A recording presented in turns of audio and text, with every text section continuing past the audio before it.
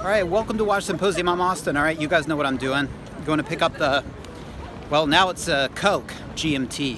All right, before I talk about what I want to talk about, which is really not much, let me just say that Bob's Watches had some really pretty relatively cheap all black ceramic GMTs for sale. They had one that was around 10 grand. That one sold. Now they have one, I'll put a link if I can find it, if it's still up, 11,250 USD. Now, that's quite a different price than what they're selling for here, which is like, well, it was like 16 grand, the equivalent of like 16 grand, but I think they've come down here a bit as well. So that's what I'm talking about, artificial pricing. Those retailers thought, well, we can't miss out on a perceived discontinuation and discontinued future classic. We better overprice that for the suckers. Well, prices are coming down, it appears. All right, so what do I want to talk about? Well, nothing much. I mean, I just want to say that I'm going to get the Coke, right? The Coke bezel. And in fact, I'm cutting it kind of close. I only have about 15 minutes to get there, but no problem because it's 5 minutes away. I'm waiting for a green light right now. But I should have probably gone with a Pepsi because,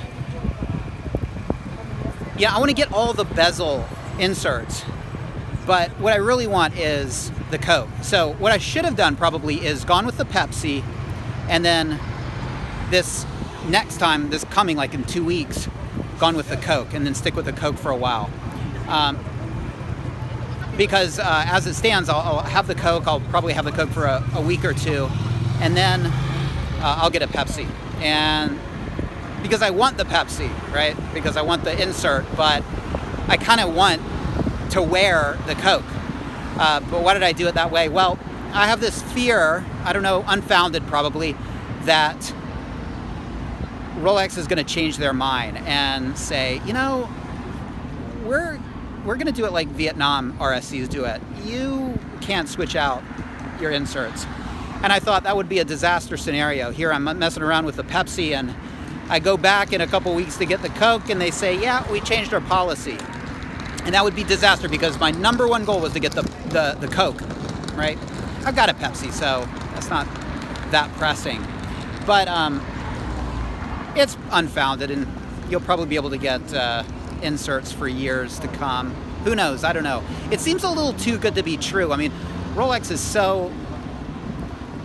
they're so picky about parts. I mean, it just sort of, yeah, it seems too good to be true that they would actually be cool with, you know, letting you get inserts and then giving you the old insert. I just feel like they're going to change that at some point. I don't know why. You know, is it because people are selling the inserts? Could it be just to get everybody, all the RSCs on the same page? Could be that. Or it could just be the realization that, yeah, that's kind of a cool thing, and we got to like give our customers a boot. No more inserts. All right. So anyway, that's what's up with that. All right. So let's see how it looks. All right, guys. So there were quite a few people in there, which any other place, when you see a bunch of people, you're like, how long is this going to take? But it's awesome when there are a lot of people because you get to sit there and read the Rolex magazines. And Rolex magazine is awesome. Last time it was number 8, the Explorer issue, but this time number 6, which is the Submariner issue. I read an article by James Cameron, and James Cameron, of course, of the deep sea fame, but he's always been a Rolex guy, and he had a Submariner, a pre-ceramic Submariner. He had that thing for 26 years. He checked out the Titanic wreck in the Mir submersible 33 times. He got his Oscar in that watch, but he did something I don't agree with, and he was given a gift, a touching gift by a tribal leader, and caught up in the moment, he took his watch off his wrist and he gave it to that tribal leader. And that, I'm sorry, I think that was a huge mistake. I'll let you guys be the judge of it. And I if I were him after the fact, I would have said, I got caught up in the moment and I made a terrible mistake. I mean, you can't get it back. What's done is done. You can't go to the tribal leader and say, hey, can I have my watch back? God knows where that watch is. It's highly collectible. Does the tribal leader have it still? I don't know. But there's a lot of provenance with that watch. And I have a feeling it was just perhaps not quite appreciated. I mean, maybe it was, hopefully somebody has pulled this tribal leader aside and said, check this in the safe. Don't wear it. This is highly, highly collectible, a lot of provenance, and 20 years, that's when you want to sell it, Mr. Tribal Leader. Anyway, I think it was a terrible mistake, and they didn't mention that. He didn't mention that in the article, but I know about that. And what do you think? Was that a huge mistake? I think so. I think so. Don't give away your watch. Don't give away your watch until you die, and then you give it to your heirs, okay? It should stay on your wrist. God knows what he got for it. I don't know what the tribal leader gave him, but he had that thing for 26 years. I'm sorry. I'm harping on about this, but I've been meaning to mention that. Anyway, he's okay. He can afford another pre-ceramic, and he's got his deep sea, but at 26-year-old, well, no, it's not 26. He had it for 26 years. That vintage sub is gone. It hurts me. It hurts me for him, because I think if you pulled him aside and said, James, was that a mistake? He'd say, yeah, it was a mistake. Excuse me. I said I wouldn't curse on the channel anymore, and there I go. All right. What else? Okay, so in 2 weeks I'm going back for the Pepsi.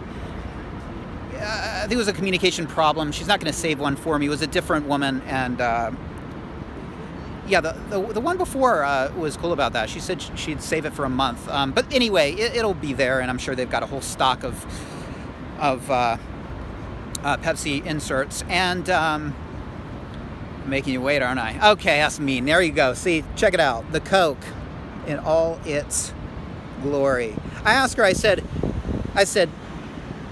I was talking about the order in the Pepsi, and I said, you guys call it the Pepsi? And the Pepsi? She said, no, we don't call it that.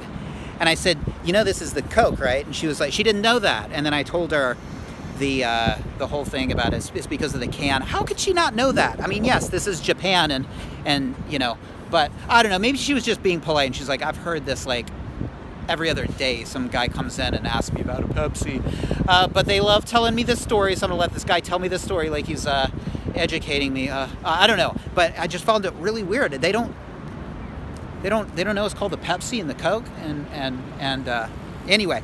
But I asked, and I said, the ceramic model, are you guys okay with changing the bezel colors on that? And she got out the catalog, and she looked at the Pepsi, and she checked out her computer screen, and she said, no, you can't. I mean, surprise, surprise, we all knew that, but I just had to get confirmation.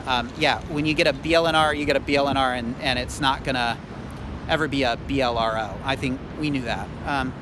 Hey, that's one of the reasons you might want to go pre-ceramic, the variety. Anyway, there you go. I'm a Coke man. I love it.